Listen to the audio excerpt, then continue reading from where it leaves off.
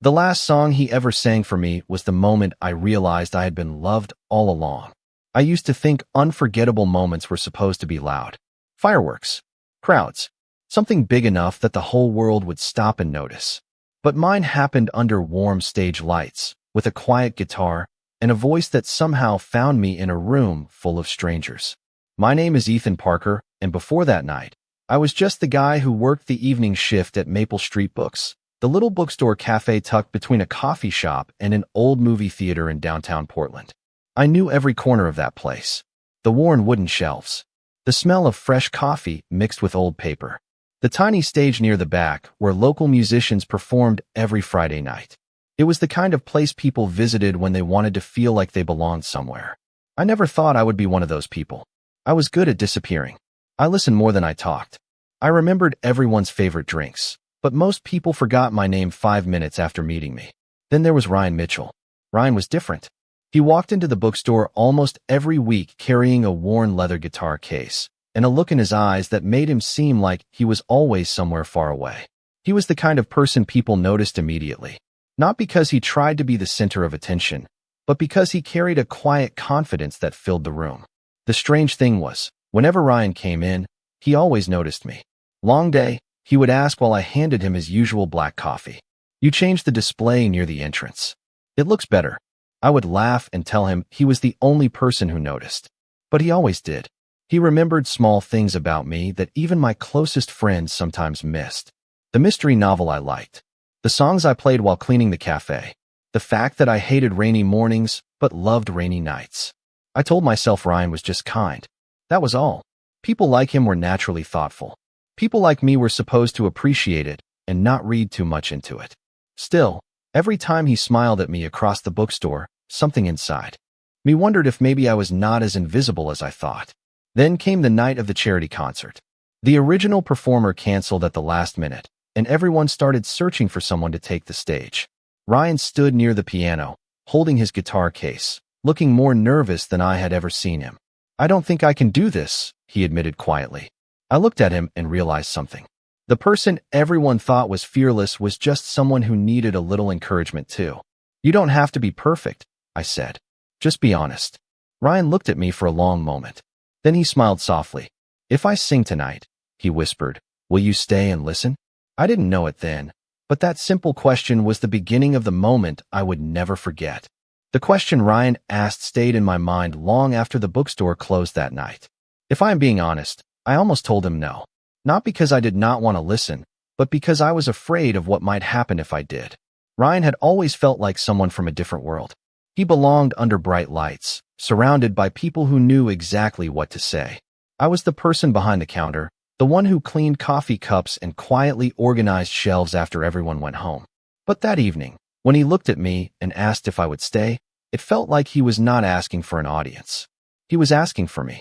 I finished my shift earlier than usual and helped prepare the bookstore for the concert. The small stage was decorated with warm string lights, and the wooden floor reflected the golden glow from above.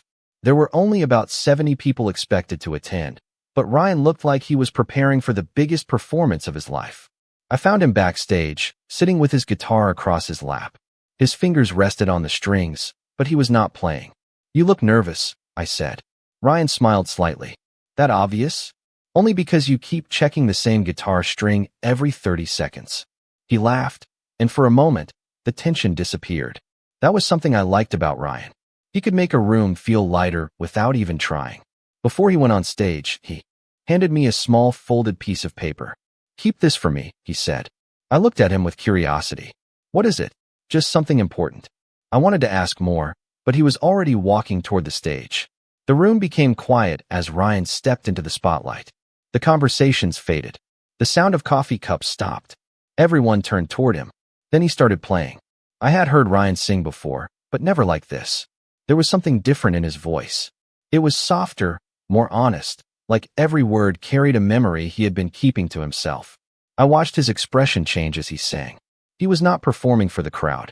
He was telling a story, and somehow, I felt like I was part of it. Then he looked directly at me, just for a second. But that second felt longer than the entire song. My heart started beating faster, and I wondered if I was imagining things. Maybe he looked at me because I was the only familiar face in the room. Maybe I was giving meaning to something that was not there. When the song ended, everyone applauded. Ryan smiled and thanked the audience, but his eyes returned to me. Later, after the concert ended and people started leaving, I finally opened the folded paper he gave me. It was not a note. It was a list of memories.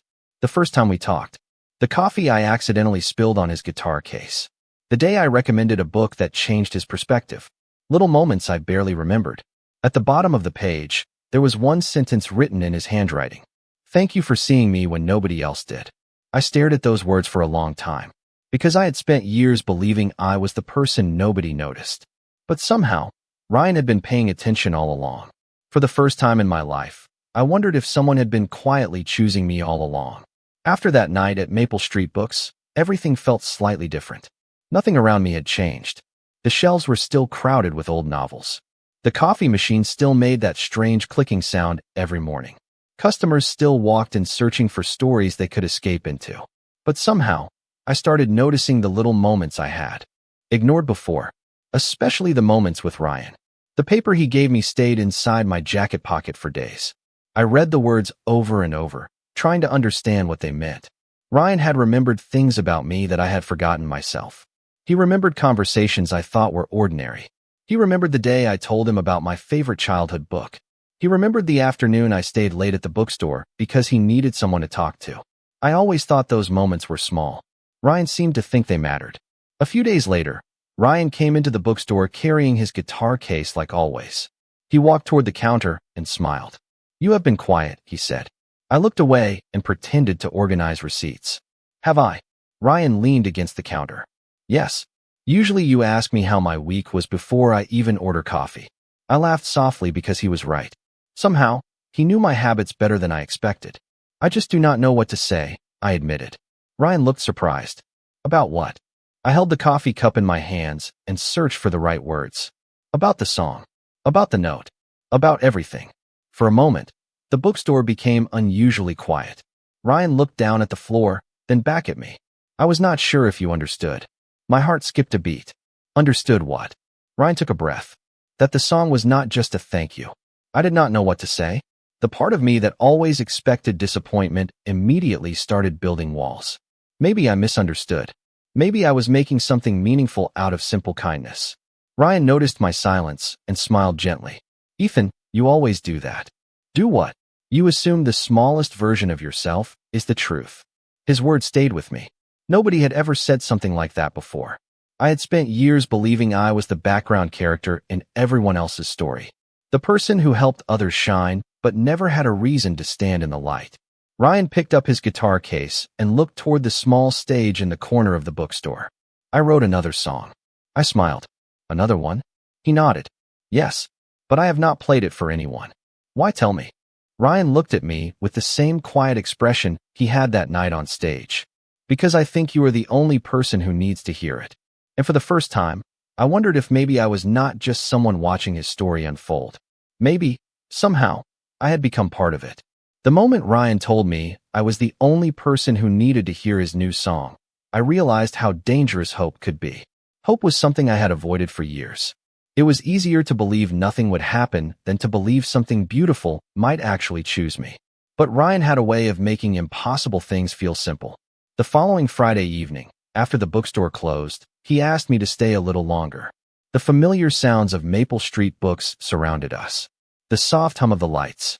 The quiet movement of pages as the air conditioning moved through the shelves. It was the same place where I had spent countless nights feeling invisible. But that night, it felt different. Ryan sat on the small stage with his guitar, while I sat across from him with 2 cups of coffee between us. "I have been working on this song for months," he said. "Why did you never play it before?" I asked. Ryan looked down at his guitar. "Because I was not sure I wanted anyone to hear it." I smiled. "Then why show me?" He looked up, and there was something honest in his expression that made me forget every prepared response I had. "Because you were there when I needed someone." I did not know how to answer that. I thought about all those ordinary days when we talked between customers. I thought about the times Ryan stayed after closing just to keep me company. I thought about how he always asked questions and actually waited for my answers. I had assumed those moments meant more to me than they did to him. Maybe I had been wrong. Ryan began to play. The melody was gentle, almost like a memory turning into music. As he sang, I recognized pieces of our story hidden inside the lyrics. The rainy afternoon when he forgot his umbrella and I shared mine. The evening when he told me he was afraid he would never be good enough. The morning when he walked into the bookstore, exhausted, and I left his favorite coffee waiting on the counter before he even asked. They were small moments. Moments most people would forget. But Ryan remembered every single one. When the song ended, neither of us spoke immediately. The silence was not uncomfortable. It felt like the kind of silence that happened when words were not enough. Ethan, Ryan finally said, do you ever wonder why some people enter your life at exactly the right time? I looked at him. Sometimes. He smiled softly. I think some people find each other because they are supposed to. My heart felt strangely heavy and light at the same time. Before I could answer, Ryan's phone started ringing. He glanced at the screen, and his expression changed. Not dramatically, just enough for me to notice. Everything okay? I asked. He hesitated before nodding. Yeah, it is just something I need to figure out. I wanted to ask more, but I stopped myself. I had learned that caring about someone also meant respecting the things they were not ready to share. I did not know it then, but that phone call was the beginning of a change neither of us expected. Because sometimes the hardest moments are not the ones where people leave. Sometimes they are the moments when you realize someone you care about might have a reason to go. The phone call changed the atmosphere between us, even though neither of us talked about it afterward. Ryan still came to Maple Street Books. He still ordered his usual coffee. He still smiled when he saw me behind the counter. But something had shifted. It was like there was a sentence sitting between us that neither of us knew how to finish. I noticed it in the small moments. The way Ryan would start to say something and then stop. The way he looked toward the window whenever his phone buzzed. The way his hand would rest on his guitar case like it was holding on to something important. I wanted to ask him what was happening, but I was afraid of the answer. Sometimes, when you finally find someone who makes you feel seen, the last thing you want is to discover they are about to disappear. A week later, Ryan arrived at the bookstore later than usual. The rain outside covered the streets with a silver glow, and the cafe area was almost empty. He walked toward me with a small smile, but I could tell something was on his mind. Can we talk after closing? He asked. My stomach tightened. I tried to act normal. Sure. Is everything okay? Ryan paused. I think so. I just have something to tell you. Those words followed me for the rest of the evening. After we locked the doors and turned off the front lights, we sat near the small stage where he had performed his song. The same place where everything between us had started to feel different. Ryan held his coffee cup with both hands and stared at the table. I got an offer, he finally said. I smiled immediately. That is great. What kind of offer? A music opportunity in Nashville. For a moment, I felt genuinely happy for him. Nashville was the kind of place musicians dreamed about. A place where his talent could reach more people. Ryan, that is amazing. He looked at me carefully. You really think so? I nodded. Of course I do. But even as I said it, I felt something inside me become quieter. Because I understood what opportunities like that meant. New city, new people, new life. Ryan noticed my expression. Ethan. I looked up. Yeah. I did not tell you because I was afraid you would think I wanted to leave. I did not know what to say, because a small part of me had already assumed exactly that. Ryan leaned back and took a slow breath. The truth is, when I got this offer, the first person I wanted to tell was you. His words surprised me. Why? Ryan smiled sadly. Because you were the person who believed in me before anyone else did. I looked down at my coffee, trying to hide how much those words affected me. For years, I thought my role in people's lives was temporary. Someone who helped, someone who listened, someone who stayed in the background. But Ryan kept reminding me that maybe I mattered more than I believed. When do you leave? I asked quietly. Ryan did not answer immediately. That hesitation told me everything. And in that moment, I realized the song he wrote was not just about the past. It was about a choice waiting in the future. A choice that could change everything. The next few days felt strangely normal, and that was the hardest part. Ryan still came to Maple Street Books. He still smiled when he walked through the door. He still sat near the window with his guitar beside him and talked with me between customers. From the outside, nothing had changed. But inside, everything felt different. I knew there was a countdown hanging over us now. Ryan had a chance to chase the dream he had worked for years to achieve, and I was supposed to be happy for him. I was happy for him. At least, I kept telling myself that. But every time I imagined the bookstore without Ryan sitting across from me, the quiet felt a little heavier. I had spent so much of my life convincing myself not to want things I could not have. Maybe that was why this hurt so much. Ryan was the first person who made me wonder if I deserved something more. One evening, while we were cleaning up after closing, Ryan found the old paper he had given me after the concert. "You kept it," he said, smiling. I looked at the note in his hand and laughed softly. Of course I kept it. Ryan looked at the words written on the page. "I was afraid you would think it was too much." "Too much," I repeated. "Ryan, nobody has ever remembered those things about me before." His expression softened. "That is hard to believe." I shrugged. "It is true." He looked around the bookstore. "Do you know what I noticed about you when I first met you?" I shook my head. "You always made people feel welcome. Every customer, every stranger, even people who barely noticed you were there." I smiled sadly. "That sounds like a nice way of saying I am good at helping other people." Ryan immediately shook his head.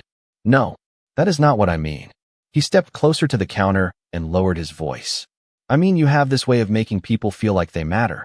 His words stayed with me, because that was exactly what Ryan had done for me. He had made me feel visible. Later that night, he asked if I wanted to hear the song again. We sat on the small stage after everyone had gone home. This time, I listened differently. Before, I had heard a beautiful melody. Now, I heard every hidden message inside it. The song was not about one perfect moment. It was about dozens of small moments that slowly became something unforgettable. When Ryan finished playing, he looked at me quietly. "I wrote that song because I did not know how to tell you something." My heart started racing. "What?" Ryan looked down at his guitar, then back at me. "That meeting you was the best unexpected thing that ever happened to me." I wanted to answer. I wanted to tell him that he had changed my life too. But before I could speak, my phone rang. It was a reminder from work, pulling me back into reality. A few minutes later, when I looked up again, Ryan was watching me with a thoughtful expression. And I realized something. The hardest part was not knowing whether Ryan would leave. The hardest part was knowing that I had finally found someone worth staying for. The week before Ryan left for Nashville became the week I tried the hardest to pretend everything was normal. I went to work, organized books, served coffee, and smiled at customers like my world was not quietly changing. But every little thing reminded me that time was moving faster than I wanted. Ryan only had a few days left before he had to leave, and I found myself memorizing moments I never wanted to forget. The way he tapped his fingers against his coffee cup when he was thinking. The small smile he gave when he found a new book he liked. The way the bookstore seemed brighter whenever he walked through the door. I hated that I had become so aware of these things. Because once you realize how much someone means to you, every goodbye starts feeling heavier. One afternoon, Ryan asked me to meet him at a small park a few blocks away from the bookstore. The sky was clear, and the city felt unusually peaceful. We sat on a bench with 2 cups of coffee between us, watching people walk by. "I have something for you," Ryan said. He reached into his guitar case and pulled out a small notebook. I recognized it immediately. It was the notebook he used when writing songs. "Ryan, I cannot take this." He smiled. "I want you to have it." I opened the first page and saw handwritten lyrics, unfinished ideas, and little notes about melodies. It was a piece of his world that he had never shown anyone. "Why are you giving me this?" I asked. Ryan looked away for a moment. "Because I want you to know that you were part of all of this." I looked through the pages and saw familiar words hidden between the lines. Memories, feelings, moments we had shared without realizing how important they were becoming. "You wrote about me?" I asked quietly. Ryan smiled. "I wrote about how I felt when I was around you." For a moment, neither of us spoke. The noise of the city faded into the background. It was just the two of us sitting there, facing a truth we had both been avoiding. "I do not want you to leave," I finally admitted. Saying those words felt terrifying, but also freeing. Ryan looked at me with surprise, then with something softer. "I was hoping you would say that." I laughed quietly. "You were?" He nodded. "Ethan, do you really think I would spend months writing songs about someone and then just walk away without caring?" I looked down, embarrassed by how little I had believed in myself. Ryan gently smiled. "You always think you are the person who gets left behind, but you never realize how many reasons people have to stay." Those words stayed with me, because maybe I had spent too long measuring my value by who noticed me. Maybe I forgot that some people do notice. Some people remember. Some people choose you quietly, long before they ever say it out loud. As we walked back toward the bookstore, Ryan stopped near the entrance and looked at me. I still have one more song I want to play for you before I go. I smiled. Another secret song? He nodded. The most important one. I did not know what that song would reveal. I did not know that it would answer the question I had been too afraid to ask. But standing there beside him, I finally understood something. The most unforgettable moments are not always the ones we plan. Sometimes they are the ones that find us when we least expect them. The night before Ryan left was quieter than I expected. I thought there would be some dramatic moment where everything suddenly became clear, where one perfect sentence would solve every fear I had been carrying. But real life was not like that. Sometimes the most important moments happened in the spaces between words. Ryan and I stood inside Maple Street Books after closing, surrounded by familiar shelves and the soft golden lights that had witnessed so many of our conversations. The bookstore felt like a place frozen in time, like it was giving us one final evening before everything changed. Ryan sat on the small stage with his guitar, the same place where I first realized his voice could reach me in a way nothing else could. I am nervous, he admitted. I smiled because hearing Ryan say that felt strange. Everyone else saw him as someone confident and talented. They saw the musician who belonged on stages and in front of crowds. But I saw the person who worried about disappointing people. The person who wondered if he was good enough. You know, I said, I always thought you were the brave one. Ryan laughed softly. I always thought you were. I looked at him, confused. Me? He nodded. You have no idea how brave you are, Ethan. I wanted to disagree. I wanted to tell him that I was just someone who worked at a bookstore and avoided taking risks. But Ryan looked at me like he saw something I could not see in myself. You stayed when I was afraid, he said. You listened when I needed someone. You believed in me before I believed in myself. I looked down, feeling the weight of those words. For so long, I thought kindness was something small, something people noticed for a moment and then forgot. Ryan made me realize that kindness could change someone's entire world. He lifted his guitar and started playing. This time, the song felt different. There was no crowd, no applause, no pressure, just Ryan and me in the quiet bookstore where our story began. The melody moved slowly through the room, carrying every memory we had created together. The first coffee, the first conversation, the countless evenings where two strangers slowly became something more. When the song ended, Ryan placed his guitar beside him. There is something I need you to know, he said. I looked at him. What? He took a deep breath. I was afraid that if I told you how much you mean to me, things would change. I smiled sadly.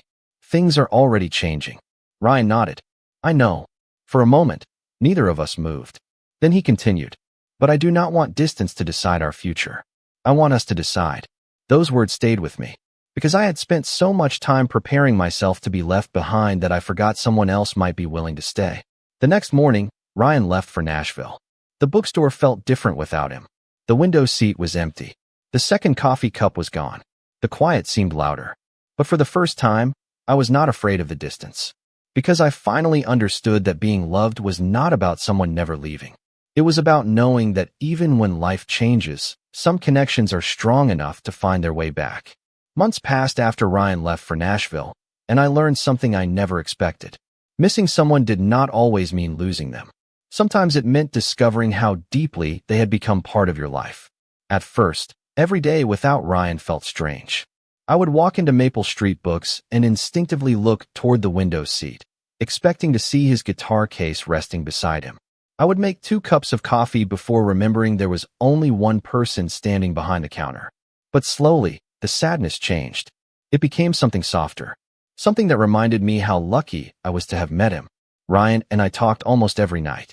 Sometimes it was a long conversation about his music and my day at the bookstore. Sometimes it was just a few messages about ordinary things. But those small moments mattered. They reminded me that connection was not measured by distance. It was measured by effort. One evening, almost 6 months after Ryan left, I arrived at the bookstore for my usual shift. Everything looked normal. The same shelves, the same wooden tables, the same quiet music playing in the background. Then I heard a familiar voice from the corner of the room. You still organize the poetry section by color? I froze. I turned around, and there he was. Ryan stood near the shelves with his guitar case in his hand and a smile I had missed more than I wanted to admit. For a moment, I could not move. My mind was trying to understand something my heart already knew. Ryan. He laughed softly. Hi, Ethan. I walked toward him, still unsure if I was imagining it. What are you doing here? Ryan looked around the bookstore. I came back. Those 3 words meant more than he probably realized. I wanted to ask 100 questions. How long was he staying? Why did he come back? What happened in Nashville? But before I could say anything, Ryan opened his guitar case. Inside was the same guitar he had carried the first day I met him. I wrote something new, he said. I smiled. Another secret song? Ryan smiled back. Not a secret this time. He sat on the small stage, and I stood in front of him just like I had months before. But this time, everything was different. I was not wondering if I mattered. I was not questioning whether someone like Ryan could choose someone like me. I already knew the answer. When he started playing, the bookstore became quiet. The song was about finding your way back to someone who always felt like home. It was about timing, patience, and the kind of connection that survives change. When the final note faded, Ryan looked at me. I used to think success meant being heard by thousands of people, he said. But I realized the most important person I ever wanted to hear me was standing right here. I smiled because I finally understood. The most meaningful moments are not always the ones that change the world. Sometimes they only change one person. Sometimes they happen in a small bookstore, under warm lights, between 2 people who never expected to find each other. And sometimes, a simple song becomes a memory that lasts forever.